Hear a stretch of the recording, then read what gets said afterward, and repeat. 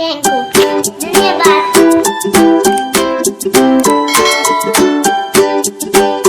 Hello दोस्तों, this is Rahul खंडोड़ी। स्वागत करता हूँ आपका मेरे नए ब्लॉग में। तो दोस्तों, मेरे गांव का नाम है सुमल्टा और आप देख रहे हैं राहुल खंडोड़ी ब्लॉग।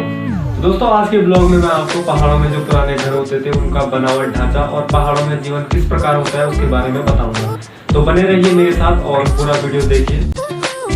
दोस्तों, अगर आपको मेरा यह वीडियो पसंद आए तो लाइक शेयर जरूर करें। अगर चैनल पर नए हैं तो राहुल खंडोड़ी ब्लॉग्स को सब्सक्राइब करना ना भूलें और बेल आइकन को भी जरूर दबाएं। आज के वीडियो में हम बात करेंगे कि पहाड़ों में पुराने मकान किस प्रकार बनाए जाते थे।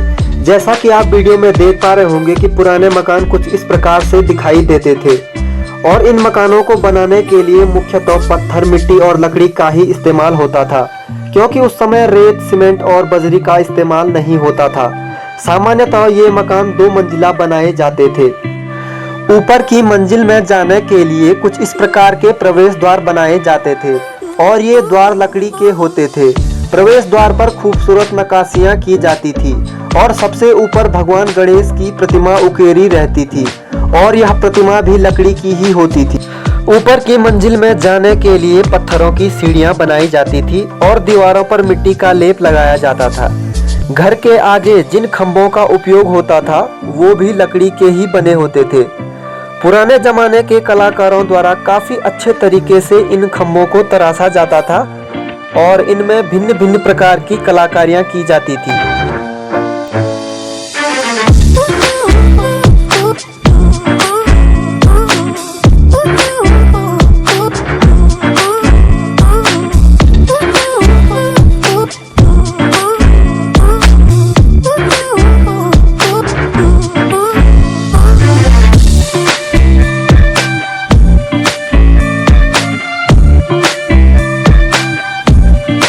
तो दोस्तों, जैसा आप इस मकान की छत देख पा रहे होंगे, इसको किस प्रकार पत्थरों से जोड़ जोड़ कर बनाया गया है।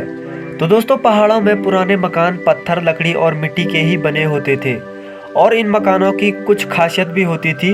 इनमें न तो गर्मी में ज़्यादा गर्मी लगती थी और ना ही ठंडियों में ज़्यादा सर्दी लगती थी। तो दोस्तों, पलायन के कारण अधिकांश मकान अब खंडर में तब्दील हो चुके हैं, लेकिन अभी भी कुछ लोगों ने इन्हें मेंटेन किया हुआ है और आज के ज़माने में तो सबके सीमेंट के पक्के मकान बन चुके हैं।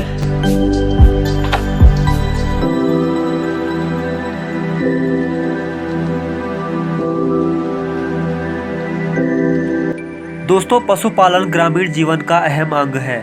ग्रामीण क्षेत्रों में बिना गाय बैलों के जीवन की कल्पना करना असंभव है। तो दोस्तों, पशुपालन के 2 महत्वपूर्ण फायदे भी हैं। पहला, घर में ही शुद्ध दूध मिल जाता है और दूसरा, खेतों में खाद के रूप में गोबर भी उपलब्ध हो जाता है।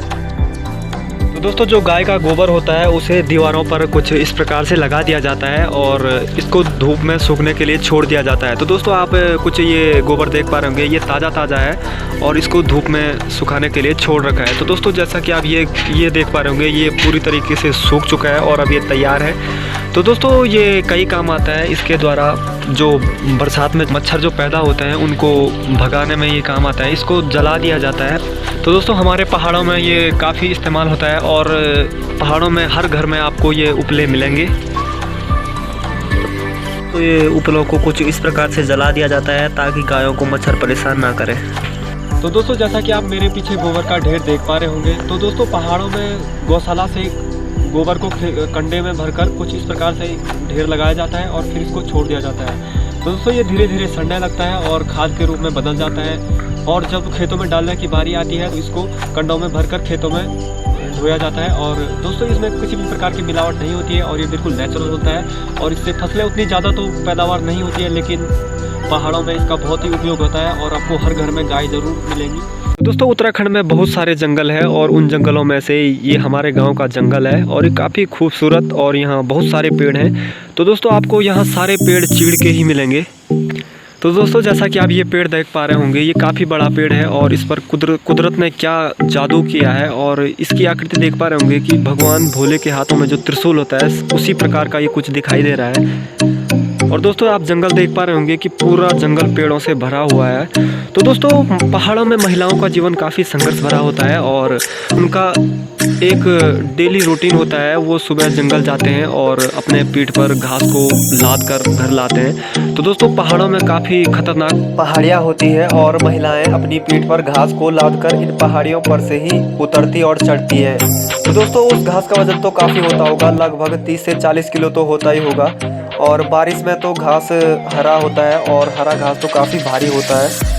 और दोस्तों पहाड़ी काफ़ी कर्मठ, जुझारू और मेहनती होते हैं और अपने कार्य के प्रति लगनशील होते हैं। तो दोस्तों अब बात करते हैं इस पत्थर की। इसे पहाड़ों में सिलबट्टे के नाम से जाना जाता है और इसका पहाड़ों में पहले काफ़ी उपयोग होता था। इसमें मुख्यतः चटनी अथवा दालों को पीसा जाता था, लेकिन अब ये धीरे धीरे लुप्त होने की कगार पर है। तो दोस्तों सिलबट्टे की जगह अब इलेक्ट्रॉनिक मिक्सियों ने ले ली है और लोगों ने इसे छोड़कर अब मिक्सियों को खरीद लिया है। दोस्तों इस सिलबट्टे के दो प्रमुख फायदे हैं। पहला बिजली की बचत और दूसरा शरीर की कसरत। तो दोस्तों इसका यूज पहाड़ों में तो बहुत होता था पहले, लेकिन अब ये धीरे धीरे लुप्त हो चुका है। दोस्तों जिस प्रकार मिक्सी के ख़राब हो जाने पर उसे रिपेयर किया जाता था, ठीक उसी प्रकार सिलबट्टे को भी रिपेयर करना पड़ता था। तो दोस्तों सिलबट्टे की रिपेयरिंग के लिए एक छेनी और हथौड़ी का ही उपयोग किया जाता था। तो दोस्तों जैसा कि आप ये सिलबट्टा देख पा रहे होंगे, इस पर छोटे छोटे खड्डे बने हुए हैं। तो दोस्तों ये अब रिपेयर हो चुका है। तो सिलबट्टे की रिपेयरिंग से मेरा मतलब है कि इस पत्थर को खुरदुरा बनाना। तो दोस्तों छेनी और हथौड़ी की मदद से इसे ठोंगा जाता था और इसे खुरदुरा बनाया जाता था, ताकि इस पर चटनी अथवा दालें आसानी से पिस जाएं। तो दोस्तों अब ये बिल्कुल लुप्त हो चुके हैं और अब इसकी जगह मिक्सी ने ले ली है। तो दोस्तों अब बात करते हैं इस लकड़ी के बर्तन की। तो दोस्तों इसका उपयोग दही को मथने अर्थात दही से छाछ बनाने में किया जाता था, लेकिन आज के समय में ये भी लुप्त हो चुका है। तो दोस्तों इस बर्तन के साथ इस लकड़ी का भी यूज होता था। दोस्तों छाछ बनाने के लिए सबसे पहले बर्तन में दही को डाला जाता था और उसके ऊपर पानी डाला जाता था।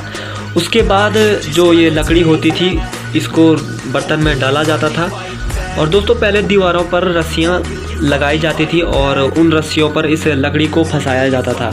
और दोस्तों इस लकड़ी पर जो रस्सी होती थी इसके दो सिरे होते थे और इसे दोनों हाथों से पकड़ा जाता था और कुछ इस प्रकार से ये लकड़ी घूमती थी और दोस्तों कुछ टाइम में ये छाछ तैयार हो जाती थी। तो इसके भी दो प्रमुख फायदे हैं। पहला बिजली की बचत और दूसरा शरीर की कसरत। तो दोस्तों इसमें शरीर की काफ़ी अच्छी कसरत हो जाती थी और इसलिए पुराने लोग काफ़ी फिट होते थे।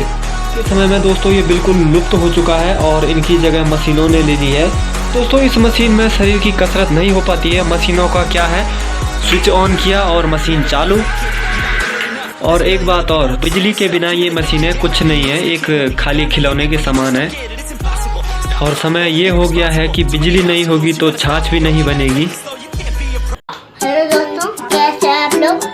मेरी मामा को लाइक करो, शेयर करो और चैनल को सब्सक्राइब करो। Thank you.